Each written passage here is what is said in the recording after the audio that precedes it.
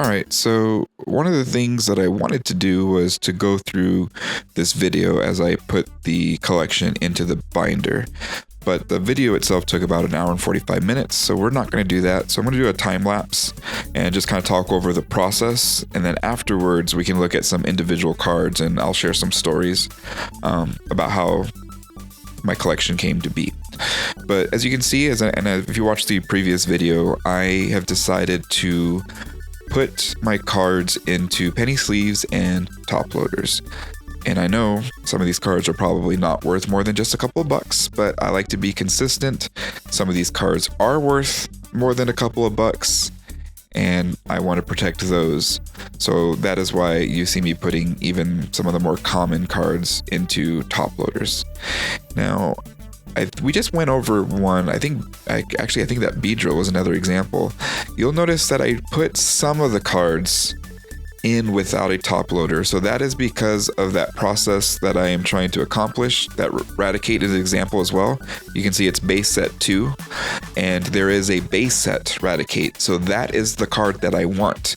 I'll put the base set 2 in there for now, but you'll notice I left that little note card index in the back because I still need to get the original artwork for that Raticate.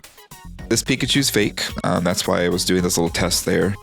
And I do have a few fake cards. I'm going to hang on to them so we can kind of talk about spotting fakes, at least for this original set. I don't know if there's different fakes out there and different ways to catch them, but I think I have a pretty good understanding of how to find some of these fake cards from these original sets. So we'll talk about that. But yeah, so I put those little note cards in as my placeholder because anybody who knows, when you're trying to put a collection in a certain order, it can be pretty difficult to know exactly where that card goes. Otherwise, you have to count individual spaces. So I took the long process of pulling up my phone, looking up all the sets, writing the Pokemon name, which set I should be aiming for, the Pokedex number, because that is the order that I'm organizing this in. And then I just put myself a little note if it was a Galaxy Holo or a Cosmos Holo. Oh, you just saw me put a Dark Dugtrio up there.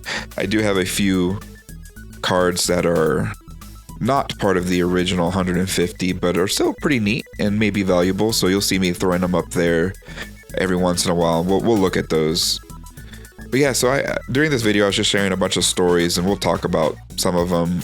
Like I mentioned, I have some fakes because, well, I grew up in West Texas, and bootleg cards were very easy to get your hands on over there. And I had some, we'll call them former friends or acquaintances that either they didn't know they had fake cards or they did know and they duped me. So I was very guarded with my cards. I did not trade very much after all of that. So that's why I don't have quite the full collection as I would have hoped from back then.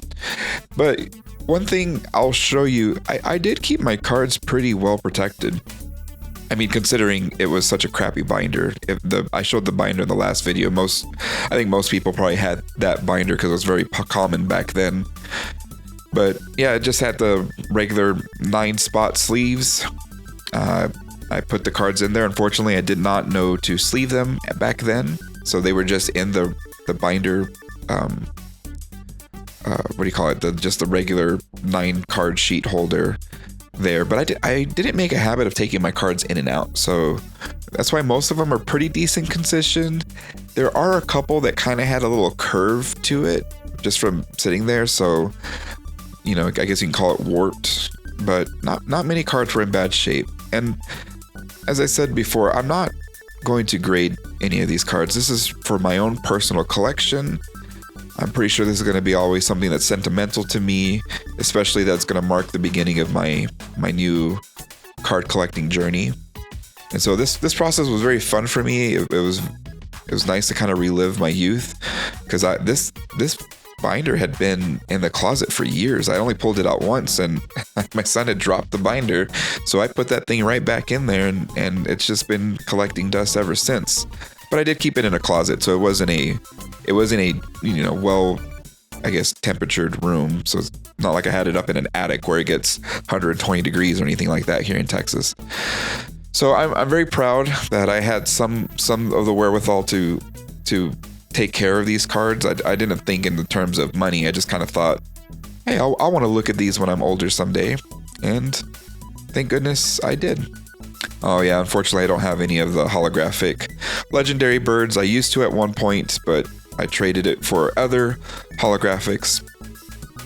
And oh, there was my daughter trying to make a appearance there. And I do have one of the Mews. So there's my promo Mew. I need to get the holographic one. So I was just kind of showing some of the other cards. I found a couple that I needed to put in there, the non-holos. There's Electrode and Magneton. I pulled out an Entei? I don't know. And I just showed my little process. So I do put these cards back in. And like I said, so I think that's probably a better process, just to kind of show you the time lapse. Sometimes that's kind of fun. And we'll actually look at some of these one-on-one. And let me go get those now. Let's start with the big three. So we've got the Venusaur from base set. And I'm not going to turn all the cards around. If I don't turn it around, it's because they're in pretty decent condition. I will show you the cards that are not doing well, that don't have good edges. But this Venusaur and this Blastoise are in pretty good condition. I love base set 2's Cosmo Holos. I don't know if, oops, hit the camera there. I don't know if there's like a good way to, there we go, get some of that shine in there. It's really hard for me to see the camera, my GoPro that I'm using. Not the ideal setup, but love the Cosmos Holo. Sadly, of the three, we know the Charizard is the most valuable. This is the one that actually has issues. So it does have a little bend there. You can kind of see it in that top left corner. It also has one a little bit less noticeable, but definitely noticeable. A bend in the bottom right. If you can, I can't tell if you can see it, but it's also starting to get some of that silver on the side. Some of that foil is showing. So not the best condition Charizard. That's why I'm not going to get them graded. But it is still part of the collection, so my goal is to get everything I can. And I'm just going to keep pulling them out of the page that they're all, the holographics are in. But Raichu, one of my favorite cards from that first generation, just because it was something different than Pikachu. But there's base set Raichu. There are 3 holographic Raichus. There's base set, which is this one. There's jungle set, which is different artwork. There's also a non-holo in jungle, same, also different artwork from this guy. And then there's base set 2, which is the same artwork, but it's got that Cosmos holo I like. Kind of like this one. So first we had jungle set, and this where Nidoqueen made her debut. In fact, the whole female line of Nidoran came from jungle, and the male line came from base set. So Nidoqueen was first introduced in jungle. It's the first time we see her. And then base set 2 is just a reprinting of the first time we saw that Pokemon. So whether they made their debut in base set or jungle, I don't know if there's any fossil that got remade in base set 2, maybe a couple. But whatever their first introduction was, it's that artwork, but with the Cosmos holo. So I am going for every holographic I can, and just the first entrance of the artwork. And I'll share some stories as we go through these cards, because this might be kind of a beginner's luck story. I just started getting back into this. I hate when I put them in Cricut, but I don't want to take them out right now. I just started getting back into this about a week ago. I bought top loaders, penny sleeves, got the new binder. So this is only a week long into this channel and getting back into Pokemon collecting. But I was trying to figure out, where can I find ways to get the original set of the Pokemon cards. So, you know, you can always get lucky at garage sales, but I found out that estate sales here in the Dallas-Fort Worth area, here in Texas, is a way to do that. So I kind of got lucky in the sense that yesterday I decided to look up estate sale, and lo and behold, there was an estate sale today, and they put pictures of the cards that were going to be in the binder, and it was original stuff. Not first edition, although there were a few first editions in there, but mostly base set, jungle, that kind of stuff, fossil. Some Japanese stuff, couple of cool rare things. There was an Ancient Mew and Sabrina's Gengar in Japanese. So me and my son decided to get out there pretty early in the morning, about an hour and a half before it opened, only to find a line of about 15 people already there, most of them for Pokemon. So I learned that it's actually very rare for there to be cards from this era at estate sales, but this one happened to be a pretty nice one. Got to meet a couple of people in the community. The guy in front of us, the gal behind us were Pokemon fans and collectors, so I learned a lot from them. We talked for quite a bit, and I do know how much that binder sold for, so I'm going to do a separate video. I'll tell you how much that binder sold for, and I've got the pictures that they had posted, so we'll try to find out, did it sell for good value or not so good value. So this is one of the ones I gotta show you. So a lot of issues. That is the card. I don't know if Victreebel was one that I pulled out a lot. There's a lot of white on the edges there on the bottom. Yes, that mark is on the card. So this is by far my worst holographic card. And I don't know, I must have traded this or gotten this from somebody, because I hope you can kind of tell I've kept my cards in good condition. I wasn't really one to take them out. I didn't play the card game, so I didn't use them. Unfortunately, that Machamp also I knew had some white at the top, but for the most part, most of my cards are in very good condition. Machamp, the only first edition I actually have, and I don't even know that you can consider it first edition, because I believe this guy came from a deck. And anybody who collected or did Pokemon back in 99 or 2000 knows everybody had this deck. So everybody had a Machamp. Not very rare. Now, I don't know how many are considered to be in good condition, but not a very rare card if you really think about it. I have 2 of the 3 holographic Magnetons. So there is a base set Magneton, which is this artwork, but with the Galaxy holographic. They did new artwork in Fossil. I also have the non-holo version of this one. So I'm just missing the base set holographic for Magneton. I've got the non-holo for Fossil. Here's the holo for Fossil. And then here's the holo for base set too. So almost got all 4 of them. But it's nice to have a couple of holographics of the same card. So yeah, the Gengars in that binder, there was one like this. There was also the Sabrina's Gengar. Those were the ones that I think people were after. But the guy that got there was in line 4 hours before the estate sale started. So he was there with a chair and a bag and snacks. And like I said, I was about 15th in line. I showed up about an hour and a half early. Egg on my face. But yes, he did outright buy the whole binder. And I knew this Gengar had a couple of nicks at the top. This comes from top loading, like not top loading into this, but when you put your cards in a binder like that, if you don't have your nails short and you put your nail on the card to push it down, you're gonna get little nicks like this. So that is amateur me in my youth. I now have the side loading ones because it's a little bit easier to hold the card rather than use a nail and put it in sideways. So that's one thing I've learned better for protecting cards. Oh, almost missed the Chansey. Love that Cosmos. It seems to pop better when you have a card that has mostly a solid background. You can kind of see them more. I feel like when there's multiple colors, it can be a little bit difficult to see the effect. But also I'm colorblind, so I guess that doesn't help either. Getting close to the end now. Got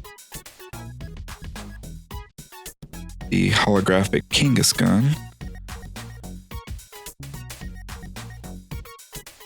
I have one of the holographic Scythers. There is a base set 2 for this one as well. I think these were in good condition. Oh no, that one had marks on the top too. I knew one of these did. Oh no, they both did. That's why we're not grading them. Just trying to complete a collection for my own satisfaction. So, but it was nice to meet some people in the community. Learned about some card shops in the area. Learned about some apps. So definitely a welcoming community. And I'll definitely be on the lookout for more state sales. You never know when you get lucky. That one's in good condition. There were Magic the Gathering and Yu-Gi-Oh cards there, but there's nothing to sniff. It was pretty basic stuff. It was definitely the Pokemon, there's Nick right there, set that was gathering attention. Everybody went straight for that table once we got in. So, and they knew, they had somebody posted up there. They knew that was going to be high value area, but very much a collector at this estate sale. Kabutops, also not one of my best cards. This one has a lot of silvering happening at the top. Really don't know if I can get that there, but definitely some silvering happening on pretty much all the sides. This was one of my favorite cards back then, so this one I may have pulled out a couple times. Big mistake pushing it in like that.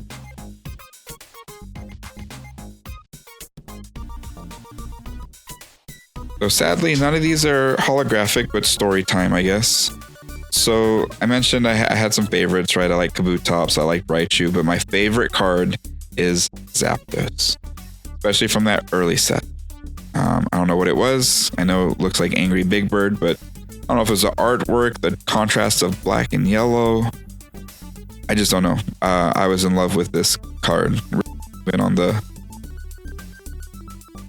Really wasn't even on the television show. Not that I can remember, maybe one episode or something, but loved this card, had it in holographic. I traded it. I do remember who I traded it to, and I traded it for a Charizard. So I think I won on that one.